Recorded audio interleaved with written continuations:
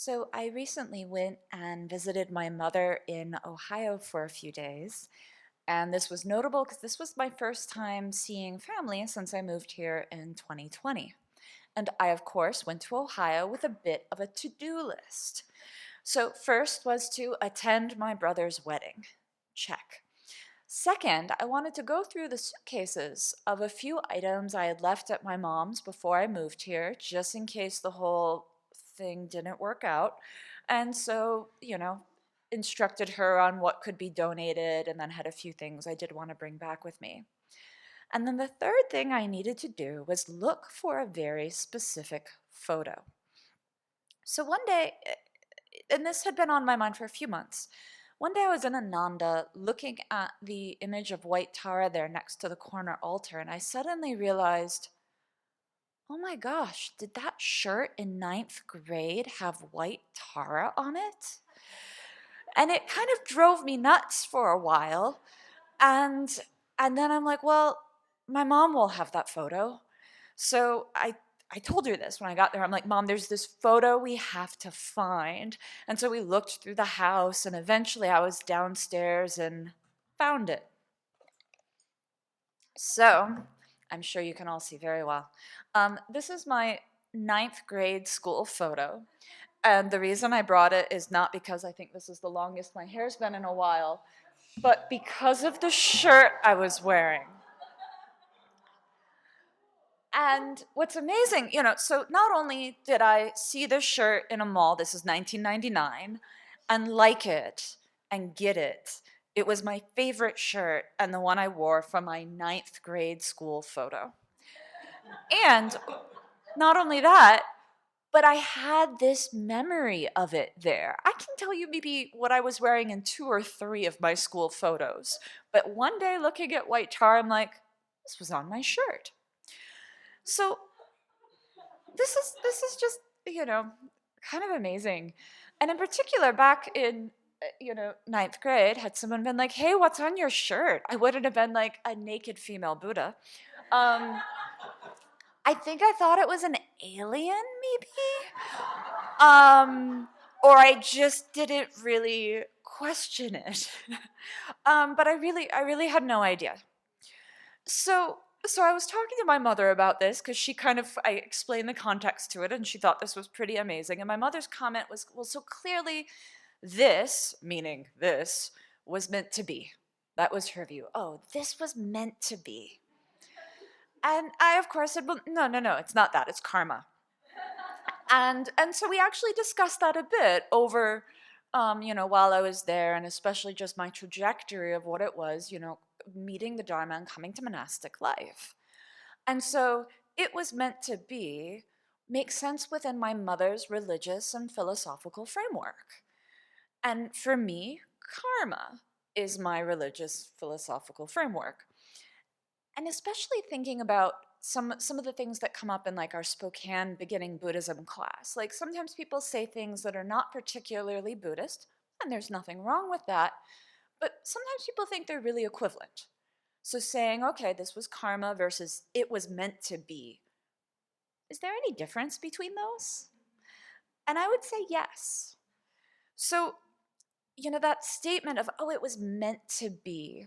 Well, who meant for it to be that, right? Like I might have meant to get up on time for practice and then I didn't. There's intention there.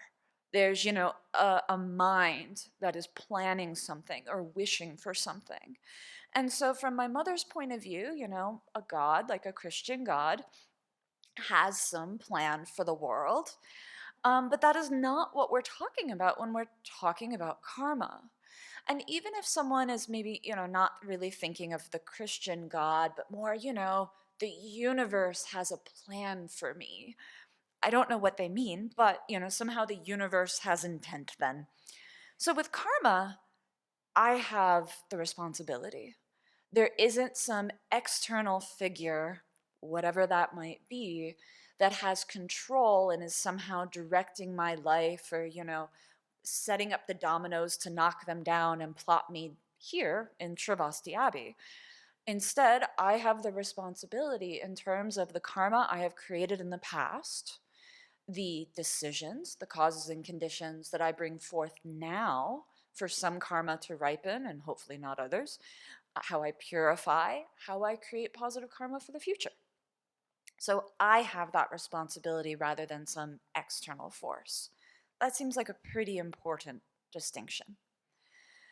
And the second thing that I thought was a big difference between them is saying, oh, it was meant to be, is like there's one line drawing between, I don't know, again, God or something, and me wearing this shirt and me being here now.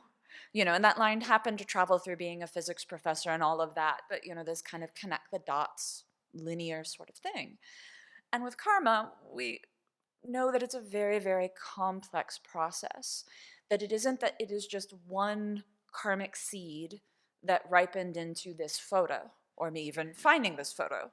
It is not that, in some past life, I maybe, maybe I sponsored a Tara statue, or maybe I just cared for one, and then that karmic seed was there and poof, turned into that shirt being on me. Like it's not that simple and linear.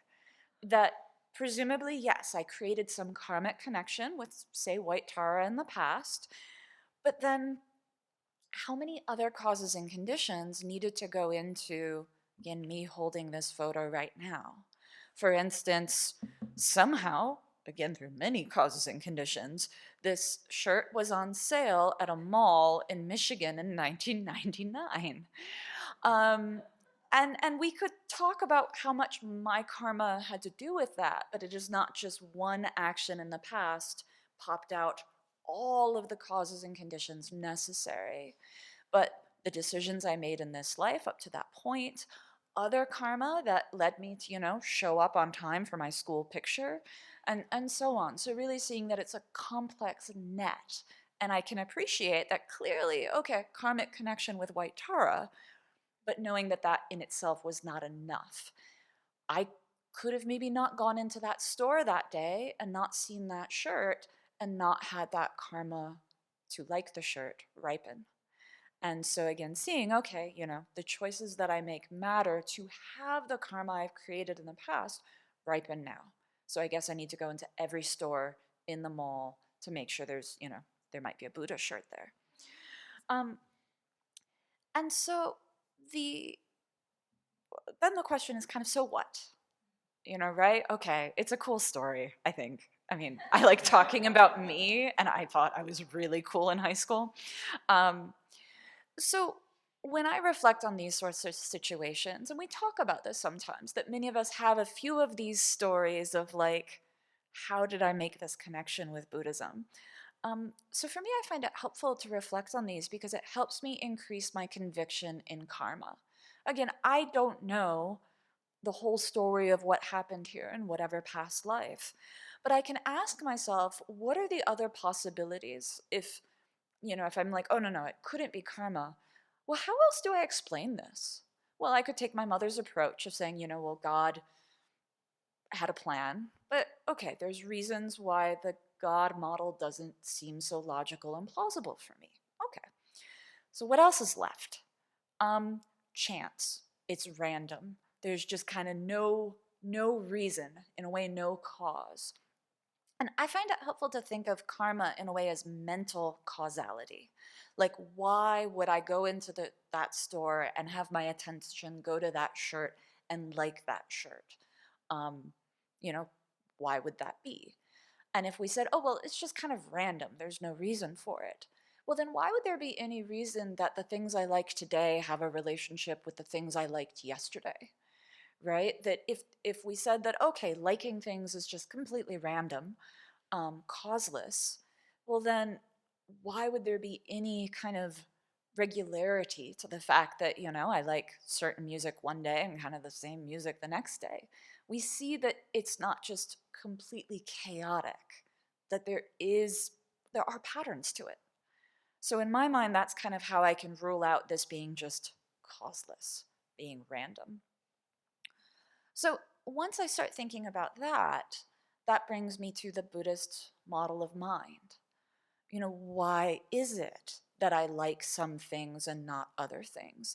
It isn't that there's a separate me in there controlling my mind and body, deciding what I will like and what I do not like. What I do, what I say, what I like, the thoughts I have, these are all due to causes and conditions. These are due to karma and afflictions and the habits that I've developed in this and past lives. And there's no separate me deciding what to think. There's no separate me deciding what to like. Do I decide? Sure. But there's not a me separate from my mind directing the show. So obviously, that's a very coarse form of selflessness, but it's still helpful for me to see that and to see how my mind is governed by causes and conditions. And that gets me a little bit closer to understanding selflessness. And then once I kind of think about the nature of mind and selflessness and how there's this huge, causality, and that I can't explain then the causality of why I liked certain things as a child without thinking about past lives. So that conviction in karma leading to a conviction in selflessness leads to, for me, a conviction in rebirth. Again, not an absolute conviction. I'm still working on it. But for me, then I can think, yes, the reason that I have certain tendencies in this life is due to creating the causes for those tendencies in past lives. Why did I think this was a cool shirt? Well, I guess I thought white tar was cool in a past life. Awesome. And then I can say, okay, I did a lot of work in past lives to get me here right now, to have the situation that I have right now. So let me actually use that situation. Let me not waste any of the good karma that I could have ripening in this life to practice the Dharma well and transform my mind. Let me use this situation to continue creating those causes so that in future lives I can again have this opportunity to connect with very qualified teachers, study, practice the Dharma, and actually transform my mind. And if I do this, then ideally I will eventually really realize renunciation, bodhicitta, directly perceive emptiness, and then actually be able to attain Buddhahood and then help others do all of this too.